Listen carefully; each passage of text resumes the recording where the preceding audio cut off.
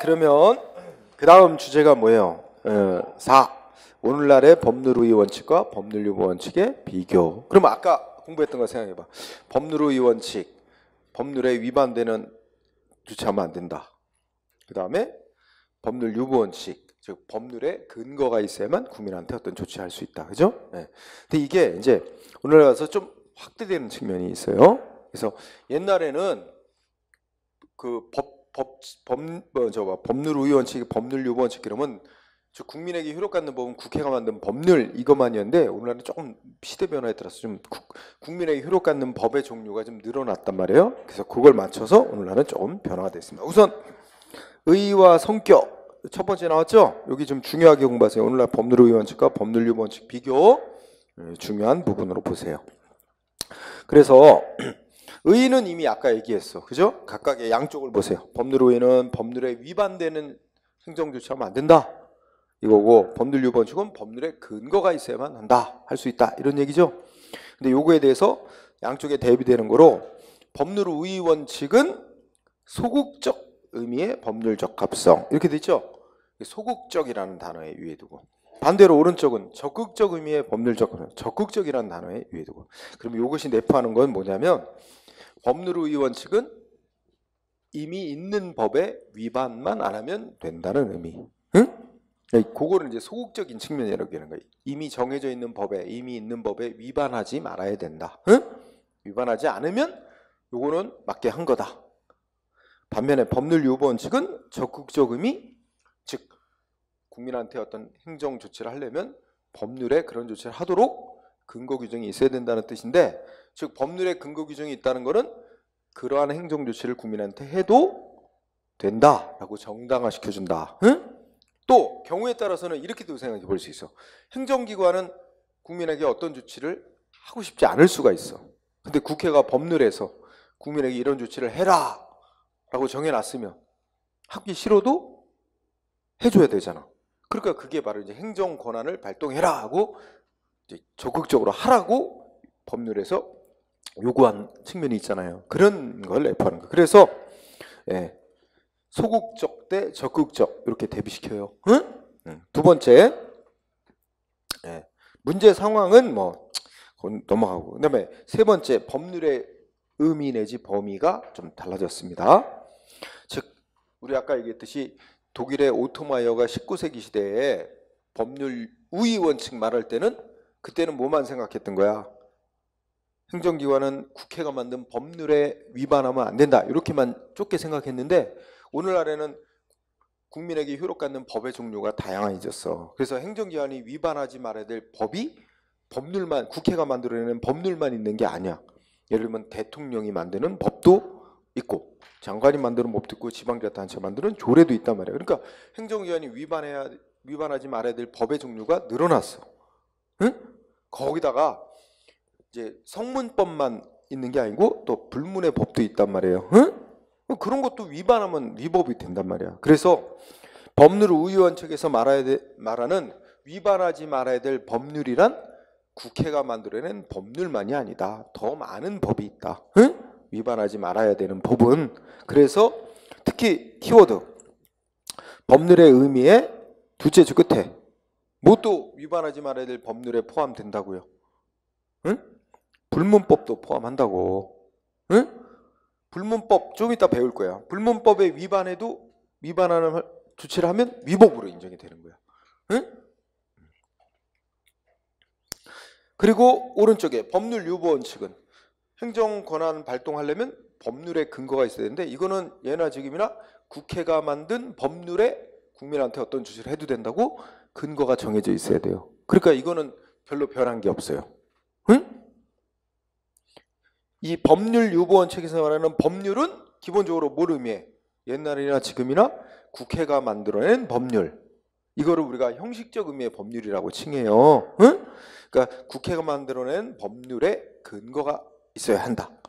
예나 지금이나 이건 변함이 없어. 다만 조금 달라진 점은 이제 오늘날 워낙 복잡하고 하니까 국민의 권리와 의무에 관해서 국회가 중요한 걸 법률로 정해놓고 좀 국민의 권리 의무 관련 사항인데 좀 세부적이고 전문적인 건 대통령이 정해라, 장관이 정해라 이렇게 해서 위임을 하기도 해요. 정하라고.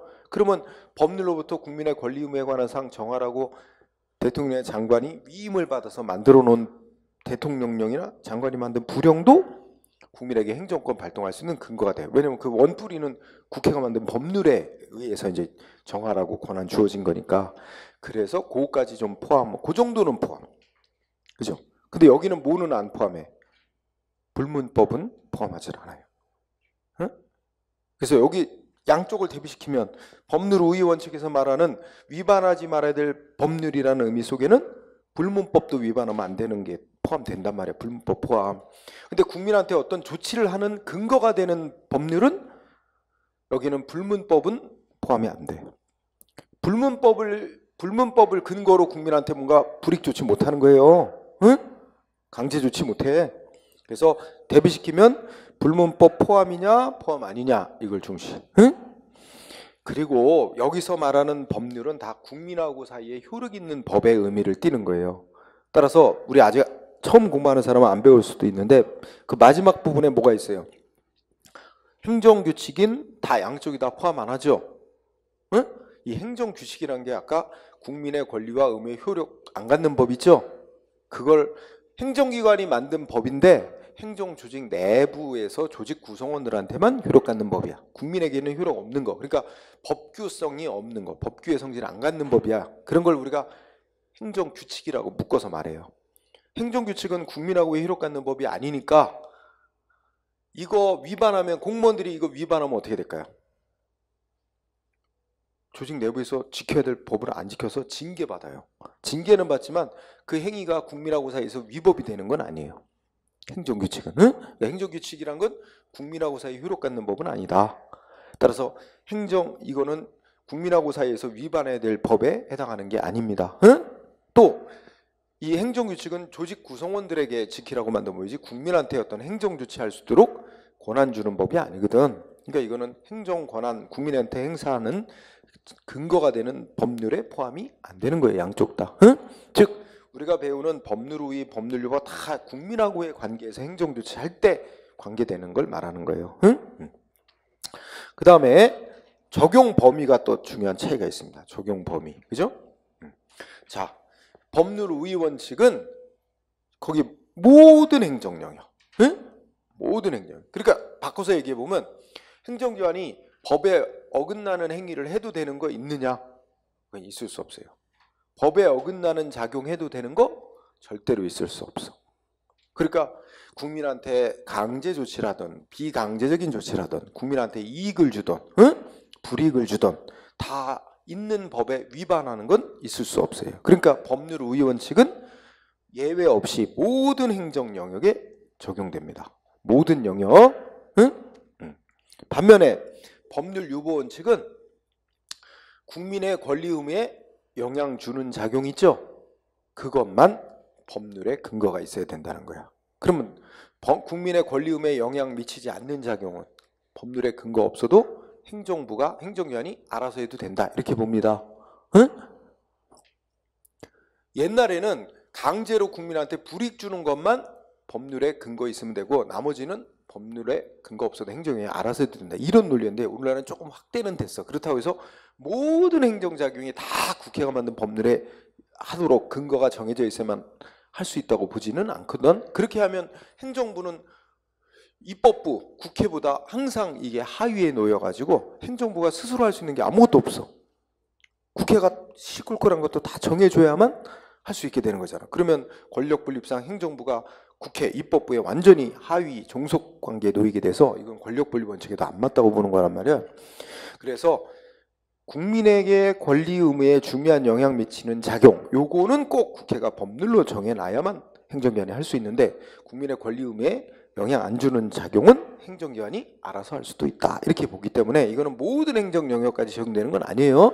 그래서 법률 유보 원칙은 어디까지인지는 정확히 범위가 정해져 있지는 않지만 일정한 영역, 일정한 행정활동 할 때만 일정한 영역에 해당하는 활동을 할 때만 법률에 근거가 있어야 된다. 이렇게 보는 거예요. 응? 그래서 이거 대비. 모든 영역, 일정한 영역. 응? 자, 그래도 대비시키고요. 예, 뭐 그 정도 하면 돼요. 여기까지. 그렇게 해서 이 중요한 항목이에요. 이거 비교. 그 문제 유형 어떻게 나오느냐? 예를 들어서 뭐 법률 우위와 법률 유보 원칙이 이렇게 서로 이제 대비되는 측면인데 요걸 바꿔서 낸다면 서로 바꿔서 그 점을 유의하면 돼요. 응? 그러면 그 밑에 판례가 소개되어 있는데 다 중요한 것들이에요. 자, 첫 번째 판례 뭐 나왔어요? 응? 자, 동그라미 1번을 보니까 원래 우리나라 이제 거기 헌법 31조 2항이 먼저 이렇게 나오죠? 응? 그러면 소개를 하자면 우리나라 헌법, 국가의 최고법인 헌법 제37조 2항은 이런 규정이 있어요. 국민의 모든 자유와 권리는 국가의 안전보장을 위해, 사회 질서 유지를 위해, 공공복리를 위해 법률로, 국회가 만드는 법률로 제한할 수 있다. 응? 다만 제한할 때도 국민의 자유와 권리의 본질적 내용까지는 침해해서는 안 된다. 이렇게 돼 있어요. 그러면 앞부분, 국민의 모든 자유와 권리는 국가 안전보장의 사회 질서 등을 위해서 법률로 제한할 수 있다. 이렇게 돼 있단 말이야. 그러니까 국회가 만드는 법률로 제한을 해야 돼요. 국민의 자유 권리를 제한하려면 그렇게 이제 얘기를 하고, 그러면 그 넷째 줄까지가 헌법 37조 2항을 이제 써놓은 거예요. 그러면 거기 밑줄 쳐놨죠. 이때 법률 유보의 원칙은 법률에 의해서만 국민의 자유 권리 제한해라. 법률에 의해서만 제한해라. 이런 의미래요? 아니래요? 국회가 만든 법률에 의해서만 국민의 자유 권리 제한해라. 이런 의미가 아니라 법률에 근거해서 제한하라. 이런 의미라는 거야. 응? 자, 이거 중요해요. 법률 유보의 원칙이란 국회가 만든 법률에 의해서만 제한해라. 이런 뜻이 아니라 법률에 근거해서 제한해라. 라는 의미다. 이거죠. 응? 그렇기 때문에 다섯째 줄 끝에 국민의 기본권을 제한하는 형식이 반드시 국회가 만든 법률에 의해서만, 법률의 형식이어야만 할 필요는 없고, 국회가 만든 법률에 근거해서, 그러니까 요 말 뜻은 국회가 법률에서 국민의 권리 의무 제한할 수 있도록 중요한 건 대강 정하고 또 세부사항은 대통령한테 정해라, 장관한테 정해라, 이렇게 해서 대통령이나 장관이 정하라는 거 만들어 놓으면 그것도 국민의 자유 권리를 제한할 수 있는 근거가 되는 법률에 포함이 된다는 의미죠. 그래서 결국은 다섯째 주구대 국민의 기본권을 제한하는 형식이 반드시 법률의 형식이어야만 할 필요는 없다. 응? 법률에 근거해서 법률로부터 정해라 권한을 위임받아 대통령령 등이 대통령이나 장관이 만든 법을, 이런 걸 국회가 만든 법률로부터 법 제정 권한을 위임을 받아 만들어 놓은 법을 위임입법이라 그래요. 응? 그래서 끝에 가면 위임입법에 의해서도 제한할 수 있다. 이렇게 마무리죠. 그러면 다시 한번 확인 사살. 2번 보면 동그라미 2번. 국민의 기본권을 제한할 때는 뭐에 의해야 돼? 법률에 근거가 있어야 된다는 게 법률의 유보원칙이에요. 근데 그게 반드시 그거는 법률에 의해서만 제한해야 된다는 게 아니라 법률에 근거해서 제한해야 된다는 걸 뜻하기 때문에 국민의 기본권을 제한하는 형식이 반드시 법률일 필요는 없다 하더라도 최소한 법률의 근거는 있어야 된다. 1, 2번 통틀어 보면 핵심은 이거지. 법률에 의해서만 국민의 기본권 제한할 수 있는 건 아니다. 법률의 근거를 두고 만들어진 위임입법에 의해서도 국민의 기본권 제한할 수 있다. 이해됐습니까? 네, 시험에 중요한 항목이에요. 그 다음에 오른쪽에 2번 예산에 대해서 설명했어요. 그죠?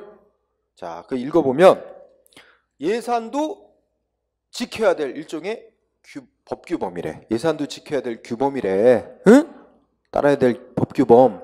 그리고 국회가 통과시켜요. 그죠? 그런데 예산하고 국회가 만들어내는 법률하고 다른 점이 있대. 뭐가 다르대요? 국회가 법률 만들어내면 그 법률은 국가기관도 지켜야 되고 국민도 지켜야 됩니다. 국가기관, 국민 모두 다 따라야 될 규범이야. 그죠? 근데 국회가 예산 통과시키면 국가기관은 그 예산 통과시키는 대로 법 집행해야죠. 그러니까 국가기관을 구속하긴 하지만 국민이 국회가 통과시킨 예산을 따라야 될 의무는 없어요. 그렇죠? 그렇기 때문에 자, 결국은 핵심이 이거예요. 예산은, 문장의 주어 예산은 둘째 줄 누구만 구속한대? 국가기관만 따르도록 구속할 뿐 일반 국민까지 구속하지는 않는다. 그러면 다른 말로 하면 국민에게까지 효력 갖는 규범은 아니라는 거죠. 그럼 우리가 법률 유보, 법률의 근거에서 해야 된다. 이때 법률이란 국민하고 효력 갖는 법을 말하는 거란 말이야. 근데 예산은 국민하고 효력 갖는 규범, 법규범이 아니래요. 그러니까 어떻게 돼요? 행정기관이 국민한테 어떤 조치를 할 때 예산에 정해져 있다는 이유만 갖고 안 돼. 그거 갖고 국민한테 조치권 발동, 행정권 발동 못 해. 국회가 만든 법률의 근거가 있어야 되는 거지. 예산에만 근거해서 국민한테 이익 주고 싶어도 예산만을 근거로는 안 된다는 얘기죠. 응? 네, 그런 것처럼. 그래서 마지막 줄에 뭐라 했어요? 국회가 통과시킨 예산은 행정권 발동하려면 법률의 근거가 있어야 된다 할 때 그 법률에는 포함되지 않는다. 이유가 뭐다? 예산은 국민하고 효력 갖는 규범이 아니기 때문에 그것을 국민한테 행정권 발동하는 근거가 될 수 없다. 단 어디에는 포함될 수 있겠어? 아니야. 그건 괜히 얘기하려다 말이야. 잘못됐어. 그래서 이게 되게 중요. 2번도 판례들 다 중요합니다. 응? 자, 그 다음에 또 하나 연장선상. 아까 법률 우위 원칙은 적용이 안 되는 분야가 없다 그랬죠. 근데 법률 유보 원칙은, 즉 행정 국민한테 행정 조치하려면 법률에 근거가 있어야만 되느냐 하는 거는 모든 행정 영역까지는 아니라고 보는 게 대세예요. 응? 근데 거기에 대해서는 이제 어느 영역까지 법률에 근거가 있어야만 할 수 있느냐에 대해서 좀 논란이 있어. 응? 그래서 일단 가볍게 보면 어떤 설이 있어요. 맨 처음에 제일 처음에 등장한 게 침해 유보설. 그러니까 침해라는 단어에 포인트를 두면 어떻게 돼? 국민의 자유 권리를 침해하는 조치를 할 때는 법률에 근거가 있어야 된다 이거예요. 그럼 반대로 얘기하면 국민의 자유 권리 침해, 의무를 부과하고 뭐 권리를 침해하고 이런 내용의 조치가 아니면 행정기관이 법률에 근거 없어도 알아서 해도 된다. 이런 주장이겠죠. 응? 침해하는 국민의 이익을 침해하는 조치만 법률에 근거 있어야 되는 거다. 이런 논리란 말이에요. 응? 이게 가장 처음에 등장한 견해야. 근데 오늘날에 와서는 너무 부족하지 않냐? 응? 하면서 좀 더 많은 행정작용까지 침해하는 건 당연하게 법률에 근거가 있어야 되는데 그거 말고도 더 많은 작용까지 법률에 근거가 있어야 된다 하면서 밑에 주장들이 쭉 나오는 거예요. 그래서 그 다음에는 권력행정요보서. 그러면 제목 딱 보고 권력적인 조치는 법률에 근거가 있어야 된다 이거예요. 응? 그러면 국민에게 이익 주는 국민의 이익을 침해하는 조치는 당연한 거고 그거 말고도 국가가 우월한 힘을 가지고 국민에게 우월적인 지위에서 국민에게 이익 주는 거라면 그것도 권력적인 조치다. 응? 국가가 우월적인 힘을 가지고 국민에게 이익 주는 것도 권력적으로 하는 조치라면 다 법률에 근거가 있어야만 한다. 조금 더 넓힌 거죠. 침해 유보설보다는 좀 넓게 잡자는 거잖아. 응? 위에 거는 침해하는 것만. 근데 밑에 거는 침해하는 것도 이익 주는 것도 다 뭐 하는 거라면 국가가 우월적 힘을 가지고 권력적으로 하는 거라면 다 법률에 근거 있었는데 좀 더 넓힌 거죠. 그랬더니 야 이것도 부족. 좀 더 넓히자. 그래갖고 세 번째 급부행정요보설이라고 하는 게 있어요. 근데 여기는 뭐냐면 앞에 거 다 포함하면서 권력적으로 이익 주고 국가가 우월한 힘을 가지고 침해하고 이익 주는 거 당연히 법률에 근거 있어야 되고 더 뭐까지 국가가 강제하지 않고 비권력적으로 이익 주는 거 있죠. 오늘날 국가가 국민한테 하는 행정활동 중에는 뭐 계약 맺고 뭐예요? 뭐 수도 공급해주고 전기 가스 공급해주고 막 이런 거 많단 말이야. 근데 얘는 좀 정부 좀 비판했다고 너하고는 수도 계약 안 해줘 이런 식으로 막 말도 안 되는 이유로 거절하면 국민 일상생활 도저히 제대로 할 수 없죠. 그러니까 이렇게 비강제적으로 국민에게 이익 주는 것도 공평하게 하고 부당한 이유로 거부 못하게 법률로 딱 정해놓고 하도록 해야 된다. 해서 비권력적으로 국민한테 이익 주는 것까지도 법률에 근거 있어야만 할 수 있는 거로 보자. 이게 또 세 번째 견해야. 또 넓힌 거죠. 점점. 가장 넓히는 게 뭐겠어? 전부. 야 이거 뭐 이런 거 따지지 마자. 국가가 우월한 힘을 가지고 강제로 권력적으로 하는 거냐 비강제적으로 하는 거냐 이익 주는 거냐 피해 침해하는 거냐 야 그런 거 다 무시. 그냥 모든 행정조치는 다 국민한테 하는 모든 행정조치는 다 법률에 근거가 정해져 있어야만 할 수 있는 것으로 보자. 말 그대로 전부 유보설이에요. 그죠? 근데 이것도 너무 나갔다. 비판을 많이 받아. 너무 나갔다. 아까 말했듯이 이렇게 하면 행정부는 완전히 뭐야? 알아서 스스로 할 수 있는 게 하나도 없어. 다 국회가 법률로 다 정해놔야만 뭐라도 꼼지락거릴 수가 있는 거예요. 이렇게 되면 행정부가 완전히 입법부의 하위에 놓여서 종속되는 거 아니냐. 그러면 권력분리 원칙에도 안 맞는다. 응? 그래서 비판을 많이 받아요. 그러니까 이 전부유보서는 그 왜 이런 주장을 하는지 근거를 보니까 야 이제 민주주의 논리를 내서 그죠? 응? 민주국가 아니냐. 그럼 국민의 의사에 따라서 국가 운영해야 되지 않냐. 그럼 아까 말한 대로 국민의 의사 오늘날 저 직접 민주주의 못 하잖아. 옛날 저 그리스의 무슨 도시국가처럼 소규모 도시국가가 아니라서 뭐 광장에 다 모여가지고 토론해가지고 뭐 국가의 정책을 결정 이룰 수 있는 시대가 아니잖아. 그래서 할 수 없이 뭐 하고 있어? 대의민주주의라 해서 우리가 대표를 뽑잖아. 대표를 뽑아서 그 국회의원들이 국회에 모여서 국민의 의사를 반영해서 법률을 만드는 거 아니야. 그렇게 할 수밖에 없는 시대다. 그러면 아까 말했듯이 국민의 대표인 국회의원들이 모인 국회에서 국민의 의사를 반영해서 법률을 만들고 그 법률에 따라 국가 운영하는 게 민주주의 원리에 맞는 거죠. 그러니까 민주주의 원리에 맞게끔 국가 운영이 되려면 바로 국회가 만든 법률에 근거해서만 모든 국가 활동이 이루어지게 해야 된다. 이렇게 주장하는 거예요. 그래서 전부유보서는 동그라미 2번에서 말하듯이 뭐야? 국가의 주인은 국민이다라는 국민주권주의, 그 다음에 의회 민주주의, 이걸 이제 근거로 모든 행정활동은 민주주의 원리에 따라서 국회가 만든 법률에 근거해서 해야 된다. 이렇게 주장을 해. 일면 타당한 것 같기는 하지만 근데 이거는 근본적으로 이제 비판을 많이 받네요. 그러면 우리 전체 국가기관 중에 국회만 국민을 대표하는 기관이냐? 그렇지 않다. 우리 대통령 행정부의 최고 권력까지는 행정부의 최고 공무원 대통령 국민이 직접 선거로 뽑잖아. 대통령도 행정부의 최고 책임자도 국민으로부터 직접 선거로 뽑힌 정당성 있는 최고 국가기관이에요. 근데 왜 국회만 국민을 대표하는 기관으로 전제를 깔으냐? 이것도 문제다. 그리고 아까 말한 대로 이렇게 하면 이 권력분리 원칙이라는 것만 강조할 뿐이 의회 민주주의 이런 것만 내세우는 거지 또 하나의 중요한 국가 운영 원리인 권력분리 원칙을 지키지 않게 되는 문제가 있다. 응? 이렇게 해서 결론적으로 얘기하면 이런 비판을 많이 받고 모든 행정활동이 다 전부 법률에 근거해 있어야 된다는 건 과도하다. 그래서 지지를 못 받습니다. 응? 응. 자, 그 다음에 등장하는 견해가 뒤에 가면 또 두 개의 견해가 있습니다.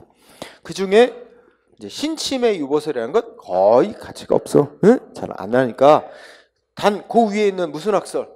중요사항 유보설이라고 하는 게 있어요. 응? 중요사항을 본질적 사항, 그래서 본질사항 유보설, 본질성 설이라고도 해. 요거 중요한 설이야. 왜냐하면 지금 현재 우리나라에 있어서는 이 중요사항 유보설이 많은 학자들이 지지하는 견해이자 또 판례의 입장이기도 돼. 응? 판례의 태도이기도 해서 이게 중요합니다. 자, 그러면 중요사항 유보설은 말 그대로 동그라미 1번. 쉬워. 뭐래? 국가행정활동 중에서 중요한 사항은 꼭 국회가 법률로 정하도록 하고 그 법률의 근거가 해서만 할 수 있도록 행정하도록 해야 된다. 반대로 얘기하면 안 중요한 사항은 국회가 법률로 안 정해놔도 행정위원이 법률의 근거 없이도 알아서 할 수 있는 활동으로 인정하자. 그죠? 너무 간단해. 중요한 사항은 법률로 꼭 정해야하도록 하고 응? 안 중요한 사항은 안 정해놔도 행정위원이 알아서 하도록 하자. 말은 간단한데 그럼 도대체 그 중요한 사항이 뭔데? 국회가 꼭 법률로 정해줘야만 법률의 근거가 정해져 있어야만 할 수 있는 중요한 사항이 뭔데? 궁금해져요. 거기에 대해서는 이제 일단 그게 헌법이 보장하는 국민의 기본적인 권리, 기본권과 관련된 사항이 일단 중요한 거다라고 얘기를 하고요. 그리고 이거는 이게 딱 명확하게 해놓기보다는 그 좀 열어놓는 게 오히려 바람직하다. 왜냐하면 시대가 변하면 또 중요 사항이 바뀔 수도 있는 거니까 하면서 또 방어를 합니다. 어쨌든 그래서 동그라미 1번을 중요하면 특히 뭐라고 썼어요? 첫째 줄 끝에 이 설에서 말하는 중요한 사항, 국회가 법률로 꼭 정해놔야만 할 수 있는 중요한 사항은 뭐라고 한다고? 국민의 기본권 관련 사항. 요거 밑줄 쳐주세요. 국민의 기본권 관련 사항은 국회가 법률로 정해놔야 할 사항. 그래서 법률로 정해놔야 그에 근거해서 국민한테 할 수 있는, 행정할 수 있는 사항. 이렇게 보는 거예요. 국민의 기본권 사항이 중요한 사항이다. 그리고 이 학설의 특징은 동그라미 2번. 이 학설은 이런 것까지. 자, 뭐라고 써놨어요? 2번. 동그라미 2번. 법률 유보의 범위 뿐만 아니라 법률 유보의 밀도 내지 강도까지 함께 논의하는 견해입니다. 그럼 뭐냐? 자, 법률 유보의 범위는 위에서 말한 거야. 뭐야?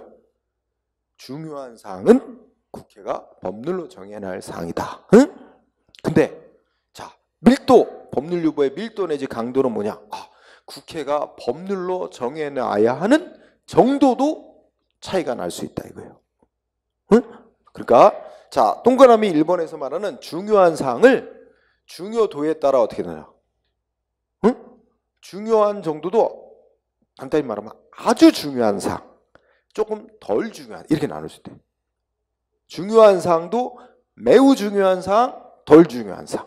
그럼 매우 중요한 사항은 어떻게 해야 돼? 그건 국회가 직접 다 정해놔야 된대. 세부 사항까지도.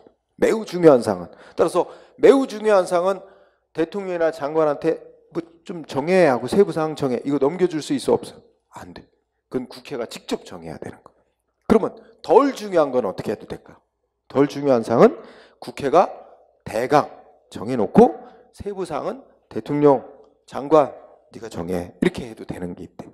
그래서 그러면 매우 중요한 사항은 국회가 몽땅 다 정해놔야 되고 법률로. 덜 중요한 건 국회가 대강 핵심적인 거 정해도 되고 나머지는 위임해도 된다. 행정기관에 정하도록.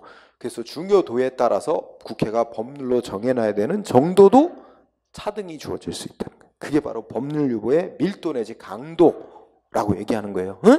그러니까 이거는 두 가지를 같이 다루는 견해야.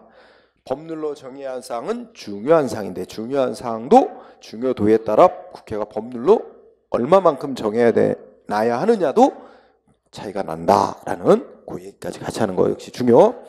그러면 2번하고 3번하고 같은 얘기예요. 지금 3번에서 의회 유보라는 말이 나와요. 그렇죠? 그게 바로 뭐야?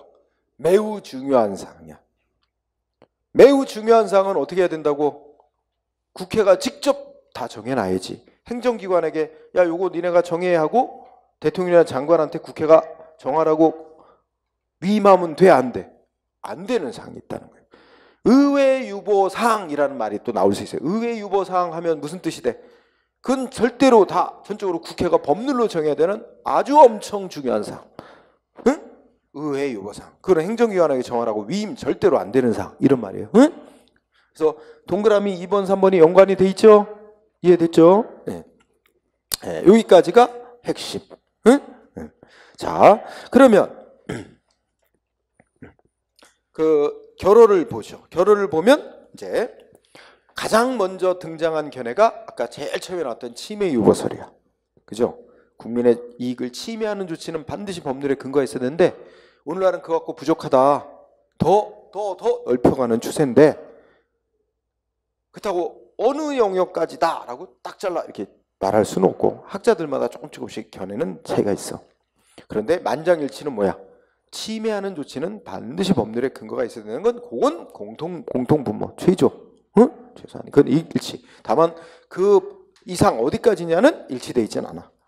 다만 이제 오늘날의 지배적인 견해와 판례는 중요사항 유보설을 따르고 있다. 그래서 특히 동그라미 3번에 뭐라고 했어요? 응? 우리나라 헌법재판소는 중요사항 유보설이라는 입장에 따라서 판결하고 있습니다. 응? 그래서 그거 알아두시고 한편 그 밑에 자 행정유보라는 단어가 소개돼 있어. 깊이 있게 하지는 말고 행정유보는 간단히 말하면 법률유보의 반대 개념이야. 법률유보는 아까 뭐였어? 국회가 만든 법률에 근거가 있어야 된다 이런 얘기였죠. 그럼 행정유보는 행정기관이 알아서 해도 되는 것으로 맡겨져 있는 영역을 행정유보 영역. 응? 그러니까 달리 말하면 행정기관이 국회가 만든 법률에 근거하지 않고도 알아서 해도 되는 그런 영역이 있다. 그런 사항을 행정유보사항, 행정유보 영역 이렇게 칭하는 겁니다. 응? 그래서 행정유보란 뭐야? 첫째 끝에 법률의 수권. 그러니까 수권이란 건 권한을 수가 줄 수자예요, 한자로. 그러니까 국회에서 법률로 야, 니네 행정기관 무슨 조치해도 돼 라고 권한을 안 줘도, 즉 법률에 근거가 없어도 행정기관이 알아서 정하고 알아서 할 수 있는 영역이 있다라는 그런 논리를 행정유보론, 행정유보 영역 이렇게 말하는 거예요. 응?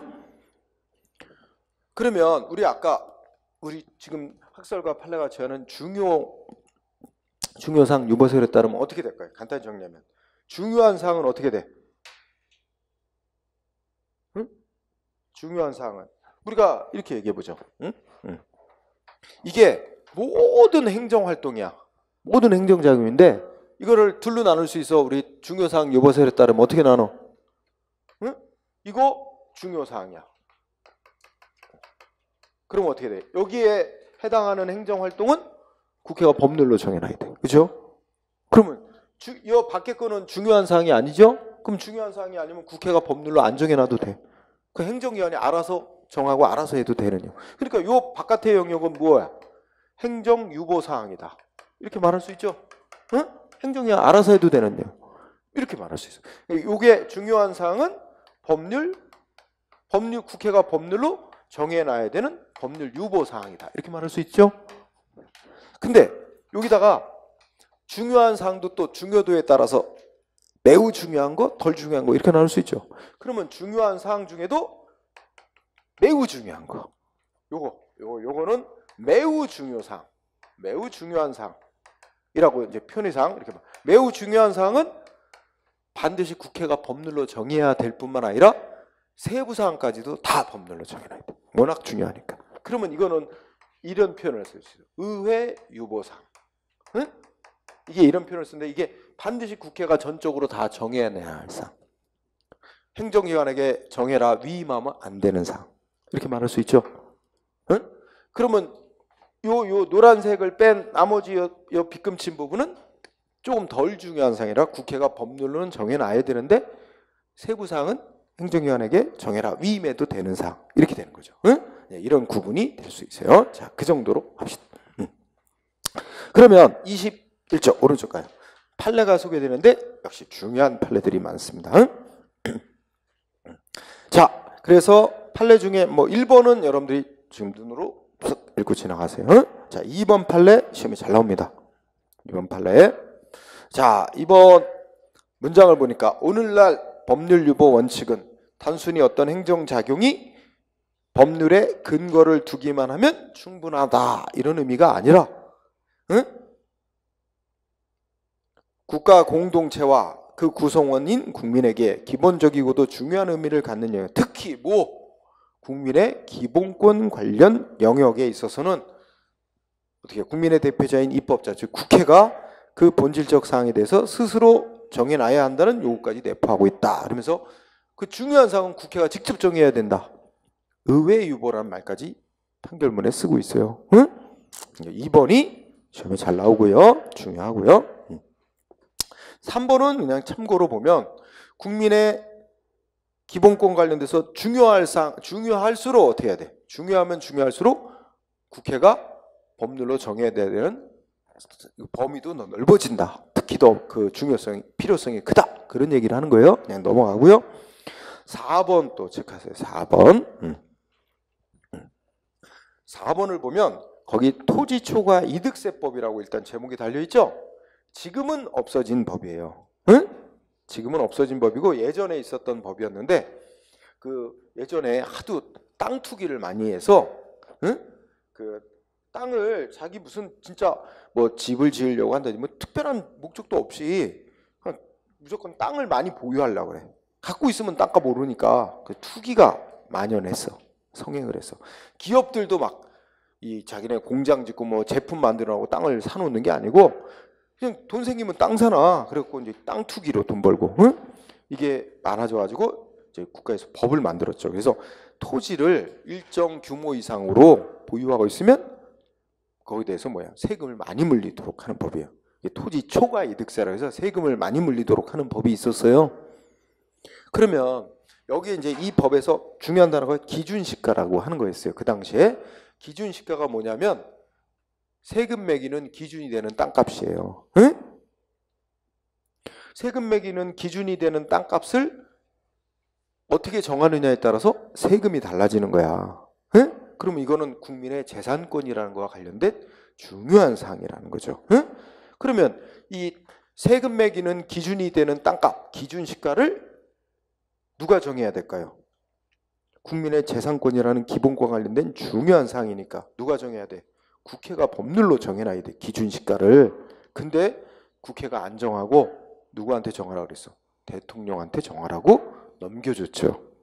응? 그거 문제라는 거예요.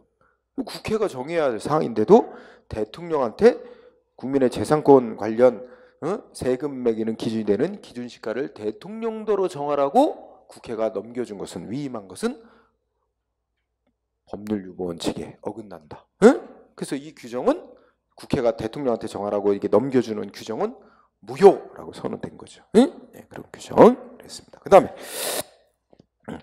다음에 5번, 4번은 지금은 없어진 법이라 그렇게 잘 출제를 안 해요.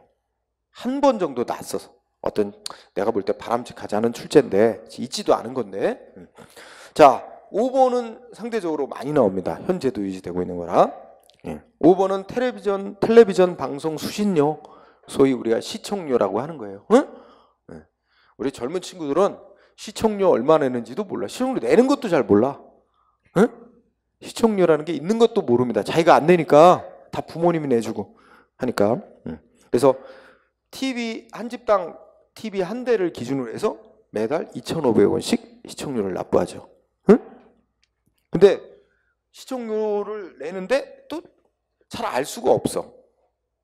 시청료가 이제 부과되는지도 잘 모르는 경우, 모르게 되게끔 또 현재 돼 있어요. 왜 그러냐면 시청료라고 따로 고지서가 나가는 게 아니라 전기요금 고지서에 같이 나가요.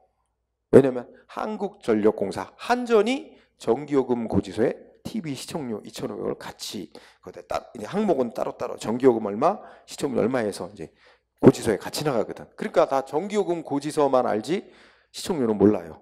더더군다나 단독주택 살면 이렇게 한전 이제 전기요금 고지서 이렇게 나오지만 따로 아파트 살면 아파트 관리비 이 고지서에 그냥 다 쭉 나열돼 있을 뿐이야. 그러니까 더 모르지.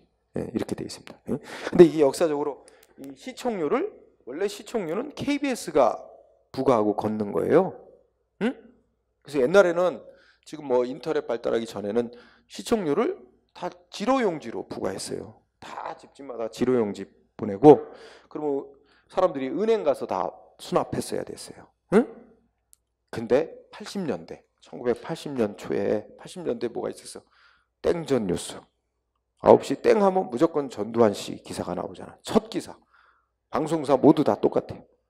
그 당시에는 신문 방송이 다 전두환 정부에서 다 장악이 돼 있었고, 뭐 그 당시 안기부 직원들, 지금의 국정원 직원들이 신문 방송사에 다 상주하면서 검열했어요, 기사. 이건 내면 안 돼. 이거 내. 이런 식의 시대였어요. 그래서 무조건 첫 뉴스는 무조건 전두환 각하가 오늘 뭐 했다야. 땡전 뉴스라고 해서 사람들이 그때 뭐 했어요?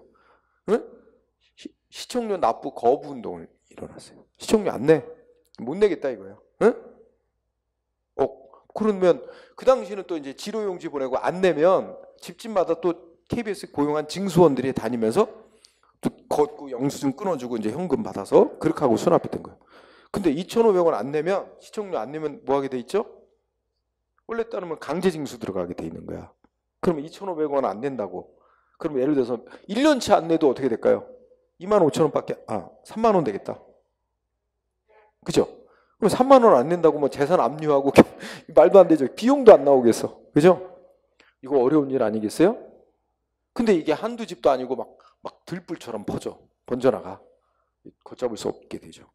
그때 누구 머리에서 꼼수를 부렸는지 시청료 징수를 KBS가 안 하고 한전에다가 넘겨주면 한전이 어떻게 돼? 전기요금하고 같이 부과하면 안 될 수 없지 않겠냐. 응? 이게 이렇게 꼼수를 부린 거야. 그래서 시청료 징수 권한을 법을 개정해서 한전에다 넘겨준 거예요. 그럼 어떤 사람은 나는 전기요금만 낼래요. 시청률 안 낼래요? 하면 은행에서 그걸 수납을 안 받아주는 거지. 할 수 없이 내도록 하는 거죠. 이렇게 해서 이제 넘어가는 거예요. 그게 지금까지 이어져 와서 한전이 시청률을 징수하고 있는 거예요, 지금. 응? 하여튼 역사적으로 그렇습니다. 어쨌든 근데 이 판례로 돌아오면 여러분 텔레비전 시청료, 즉 수신료 거기 뭐라 읽어봐요. 이는 뭐하고 관련돼? 국민의 기본권인 뭐와 연관이 있대? 재산권. 국민의 기본 헌법상의 기본권인 재산권과 관련이 있고, 그죠? 그래서 두째 줄 국민의 기본권과 관련된 영역에 속하고, 또 하나 두 번째 시청료 금액, 수신료 금액, 시청료 금액을 얼마로 정하느냐 하는 것은 시청료를 납부해야 될 의무자의 범위와 함께 시청료에 관한 본질적이고 중요한 사항이래요. 아, 그러면 어쨌든 본질적이고 중요한 사항이라고 성격이 말해지면 그럼 누가 정해야 돼? 국회가 법률로 정해놔야 할 사항이 되는 거다. 근데 그렇게 했다는 거예요? 그 당시에 법률은 한국방송공사법이라고 KBS에 관한 법이 있어요. 한국방송공사법을 국회가 만들면서 시청료를 금액을 얼마로 할지를 KBS에게 정하라고 권한을 넘겨줬어요.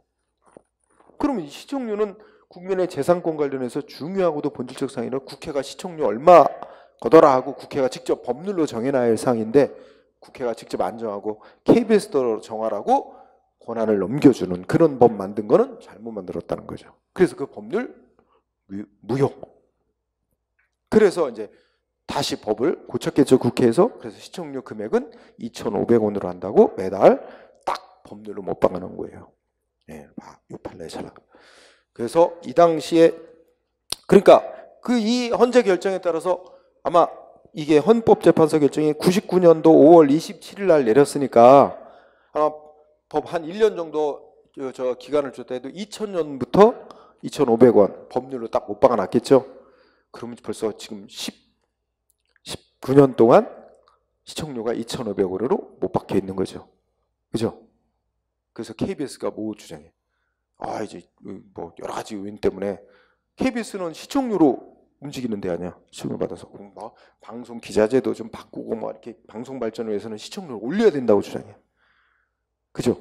올리고 지네가 마음대로 못 올리잖아. 올리려면 어떻게 해야 돼? 국회에서 여야 합의해서 법률 개정을 해줘야 돼요. 마음대로 못 올리지. 그 지금 묶여 있는 거예요. 시청료 2,500원. 사실은 여러 가지 때문에 인상해야 될 필요성은 있지만 못 올려. 그럼 어느 때 올릴 수 있냐? 시청료 올리면 이거 국회에서 시청료 올리면 특히 여당이 올리게 되는 거죠. 여당이 주도해서. 그럼 어떻게 돼? 선거에서 또 떨어지겠지. 선거가 가까이 있으면 못 올립니다. 법 개정 못 해요. 그죠? 선거가 좀 한 2, 3년 뒤에 있다가 이럴 때 이제 개정을 해서 올릴 수 있는 건데 그런 때가 몇 번 없어요. 매번 이제 뭐 국회의원 선거, 뭐 지방 선거, 그다음에 대통령 선거 막 이렇게 있다 보니까 그 타임을 잡기가 쉽지가 않은 거야. 근데 한 번 있었어. 이명박 정부 때. 지금 선거가 조금 이렇게 떨어져 있는 시기가 있어. 그래서 KBS가 열심히 노력했어. 여야에 로비하고 막 해서 시청률을 인상해야 된다. 이래갖고 막 그때 막 뭐 7,000원으로 올리니 얼마로 올리니 막 얘기들이 많이 나오고 했었어. 근데 열심히 노력했는데 KBS가 헛발질을 한번 했어. 야당 회의실에 휴대폰 녹음기는 켜놓고 나온 거야. 숨겨놓고. 그래갖고 이게 도청 시비가 걸려가지고 KBS가 그래갖고 물건 나왔어요. 그때 이후로는 얘기도 못 꺼내고 있어. 지금 그렇게 되고 있는 상황. 그렇습니다. 자, 그 다음에 6번. 병은 이제 군인을 말하죠. 군인의 군복무 기간을 얼마로 할 것이며 또 군복무 기간이 이렇게 정해져 있는데 거기서 뭐 휴가 갔던 기간을 군복무 기간에 넣을 거냐 뺄 거냐 이런 거 있죠.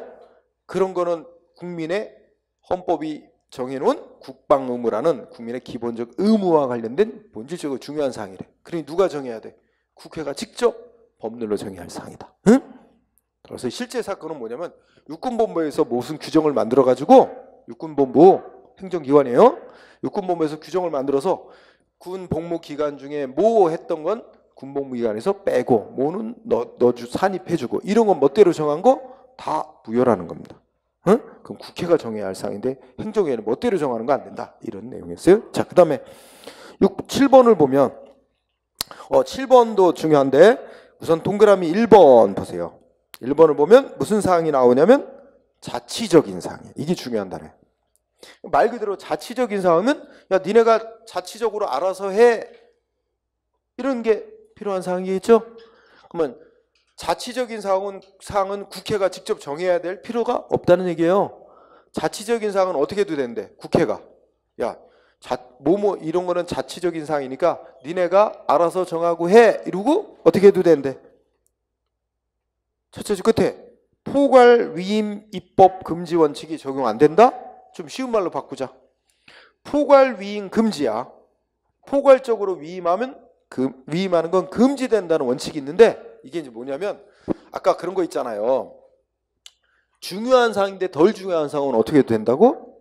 국회가 법률 만들면서 요거 덜 중요한 건데 세부 사항은 대통령 니네가 정해, 장관 니네가 정해 이렇게 위임을 해도 되잖아. 근데 위임을 하더라도 막 알아서 정하라는 식으로 막 이렇게 니네가 알아서 다 정해 포괄적으로 위임하면 안 돼요. 뭐를 어디까지 정할 수 있는지 이렇게 딱 찍어서 범위를 딱 명확히 해서 정하라고 권한을 줘야 되는 거야. 그게 바로 포괄적으로 위임하는 거 금지된다는 겁니다. 응? 그런데 자치적인 영역에 속하는 사항을 정하라고 국회가 권한을 줄 때는 어떻게 해도 돼? 니네가 알아서 정해 하고 포괄적으로 위임해도 된다 안 된다? 된다는 말이에요. 즉 첫째 끝에 포괄 위임입법 금지 원칙 적용 안 된다. 이 꼴은 뭐야? 포괄적으로 위임하는 거 허용된다. 응? 라는 뜻이죠. 그 다음에 그런데 그게 원칙인데 다만 동그라미 2번 자치적인 사항이더라도 뭐예요? 자치적인 사항이더라도 뭐예요? 응? 기본적이고 본질적 사항, 국민의 권리 의무 등과 관련된 기본적이고 본질적 사항은 어떻게 해야 된대? 그건 또 위임하면 안 된대. 그거는 국회가 또 직접 정해야 될 사항도 있다는 거예요. 아, 이게 두 가지 잘 정리하세요. 그러니까 원래 자치적인 영역에 속하는 사항은 국회가 야 니네가 알아서 정의하고 포괄적으로 위임을 해도 되는 건데 근데 자치적인 사항이라 하더라도 국민의 권리 의무와 관련된 본질적이고 중요한 거는 또 국회가 직접 정해야 할 것도 있다는 거예요. 응? 자 2번 그 다음에 그러면 이제 구체적으로 3번 동그라미 3번 뭐에 관한 사항이래? 각 국가 유공자 단체, 우리 각 국가 유공자 단체 있잖아. 뭐 요새 말이 되는 뭐 5.18 무슨 뭐 유공자 단체도 있고 또 우리 광복회 독립운동했던 광복회 이런 것도 있고 뭐 6.25 참전용사회 뭐 이런 단체도 있고 그죠? 그럼 각 국가 유공자 단체의 그 대표하는 대의원들 몇 명을 뽑을 거냐? 응? 또 그 대의원을 선출하는 방식은 어떻게 할 거냐? 이거 뭐에 속한데? 아까 말한 자치적인 영역에 속하는 사항이래요. 그 자치적인 영역에 속하는 사항이고 그것이 국민의 권리 의무와 관련된 본질적인 사항도 아니래. 그러면 어떻게 돼? 아까 동그라미 1번으로 가는 거죠? 그래서 뭐야? 국회가 야 각 유공자 단체가 알아서 니네가 정해라 하고 포괄적으로 위임해도 괜찮다. 그러니까 그렇게 했어도 문제 없다. 결론이 그겁니다. 응? 네, 중시하고요. 그 다음에 8번 최근에 또 많이 나오는 거예요. 8번. 자, 거기도 보면 우리나라 의무교육 실시하고 있죠? 응? 어디까지 의무교육 하고 있어? 의무교육제도. 일단은 초중 고등학교까지가 다 대상이에요. 대학은 아니고 초중 고등학교. 다만 의무교육을 실시하는 그 범위가 고등학교까지인데 다만 그렇다 해서 반드시 고등학교까지 전국에 다 해야 되냐? 그거는 이제 뭐예요? 그 국가의 재정 상황 뭐 이런 거 고려해서 순차적으로 하는 걸 허용합니다. 그래서 지금 어디까지는 의무교육이 일단은 확대 실시되고 있어요. 중학교까지. 전국이 다 중학교까지. 고등학교는 지금 실시하는 데가 있고 안 하는 데도 있어요. 그러니까 의무교육이라고 하니까 좀 그렇다. 무상교육인데 참 무상교육. 그 의무교육에 해당하는 거는 무상교육하고 연결이 돼요. 응? 그래서 제주도는 아마 고등학교도 무상교육 할 거예요. 수업료 안 받고. 이게 이제 점차 확대할 거예요. 점점 확대해서 모르겠어. 북유럽처럼 이제 대학도 다 무상교육으로 가야 되겠죠. 대학도. 응? 근데 그때 되면 이제 진짜 대학 갈 사람만 가고 대학 안 가고 그냥 뭐 바로 고등학교 졸업하고 바로 취업해서 이 합리적인 사회는 어떻게 돼? 고등학교 졸업하고 취업을 하면 예를 들어서 4년 정도, 4년제 대학을 기준으로 하면 4년 정도 지나면 대졸자 임금하고 똑같이 이렇게 돼야 대학 갈 생각을 안 하지. 오히려 4년 동안 숙련도가 늘어났잖아. 일에 대한 숙련이. 그러니까 거기서부터는 대학 나왔던 고등학교만 나왔던 그 보수가 똑같이 4년 차 되면 같아지고 대졸자 초임하고 그러면서 같이 뭐 능력에 따라서 승진시켜주고 이렇게 하는 거야. 학력 가지고 뭐 승진 이런 거 하지 말고 이렇게 이상적이지만 그렇게 돼야 굳이 대학 갈 생각을 필요를 못 느끼죠. 응? 근데 뭐 그래도 승진해서 대학 나온 사람을 우선시켜주고 막 이런 식으로 하면 또 다 대학 가야 된다는 얘기가 돼. 다만 지금 현재 우리 정부는 어디까지는 하려고 그래. 고등학교 나오고 취업을 바로 해도 하고 그다음에 임금 수준에서는 차이가 안 나는 정도까지는 하려고 하는 거야. 근데 승진 기회 이런 것까지는 좀 더 시간이 걸릴 거고. 네. 자, 그러면 여덟 번째. 간단히 말하면 우리 의무교육 제도에 관한 기본적인 사항은 국회가 직접 법률로 정해놔야 되고 다만 좀 세부 사항은 위임을 해도 된다. 그런 얘기예요. 그 정도 합시다. 그 다음에 9번은 좀 내용이 길죠? 자, 9번은 이렇게 정리하세요. 자, 도시 및 주거 환경 정비법상 제목 거기에서 자, 요거 치세요. 사업 시행자. 응?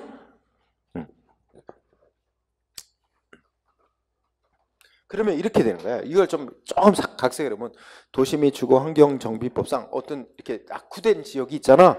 그러면 지역 사람들이 재개발 조합 같은 거 이런 걸 만든단 말이야. 그죠? 재개발 조합 만들어서 거기를 재개발하고 하는 거죠.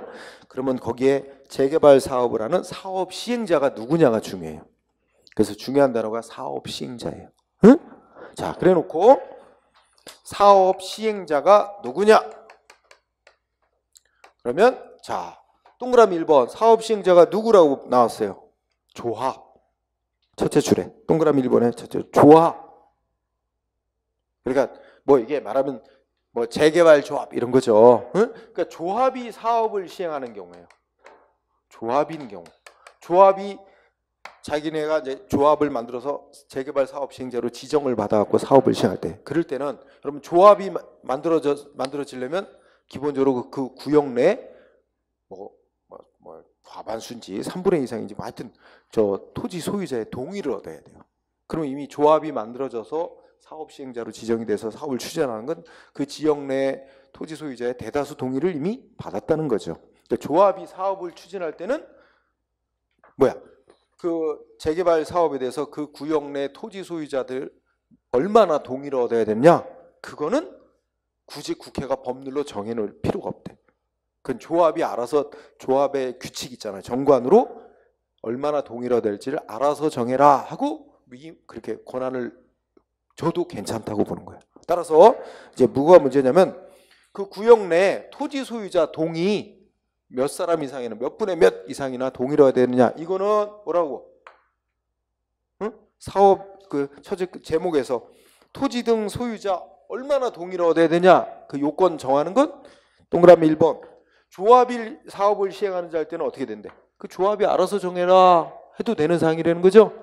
국회가 직접 법률로 정해야 할 사항이라고 볼 수 없다는 거야. 그래서 마지막 동그라미 1번 끝에 가면 어떻게 돼요? 말은 기준.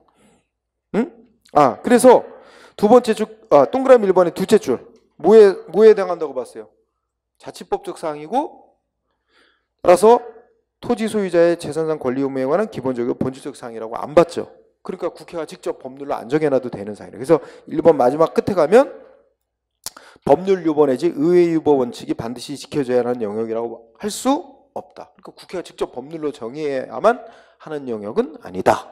알아서 조합이 정관으로 알아서 얼마나 동의를 얻어야 되는지 알아서 정하도록 해도 괜찮은 영역. 그죠?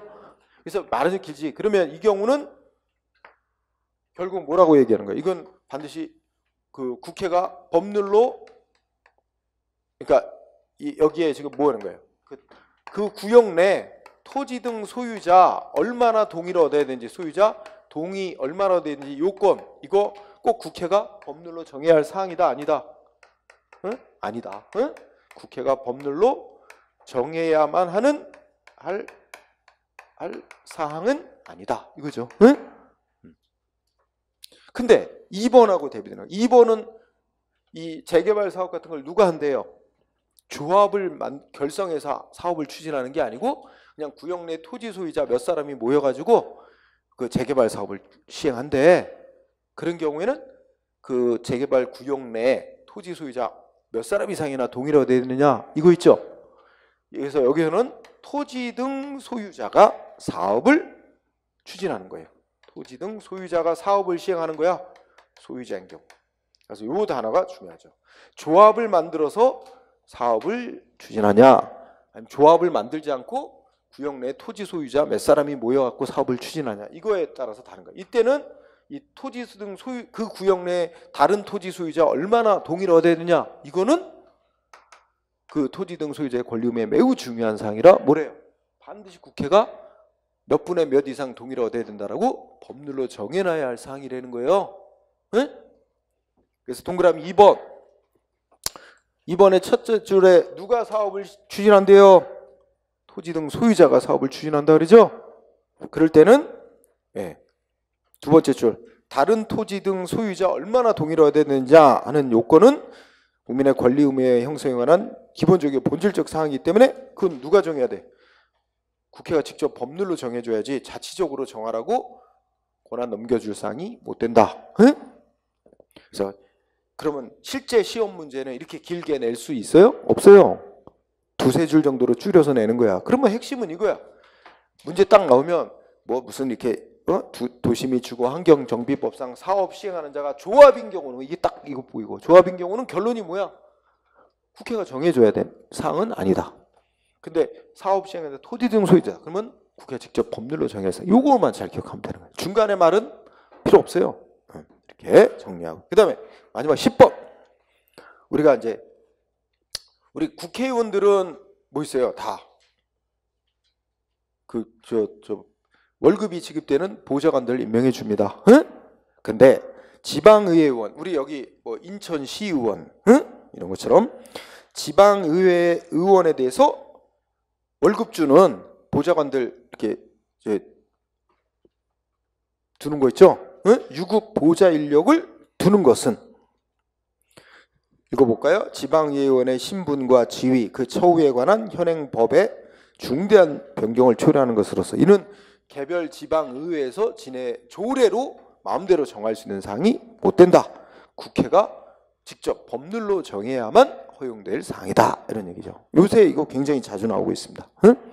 지방의회 의원에 대해서 유급보좌 인력을 두는 거는 핵심이 뭐예요?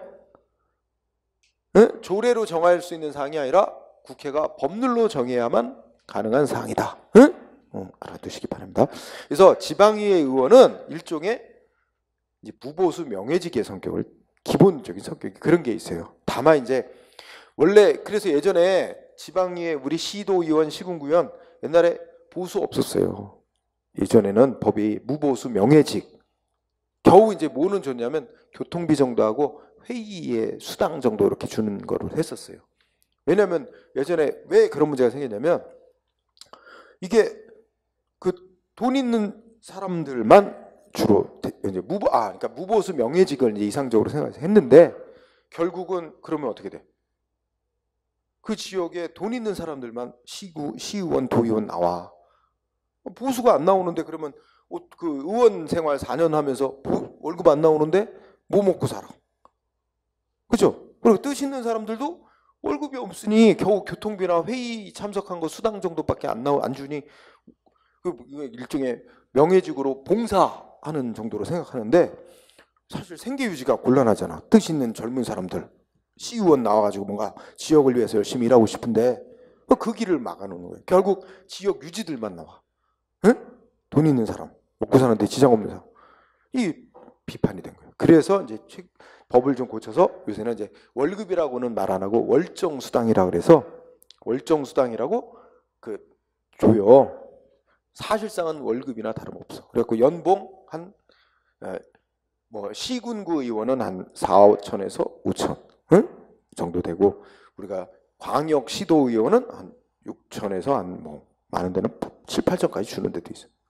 근데 그거는 각 시도의회에서 지네가 정해. 자기네 월정수당을 지네가 정해요.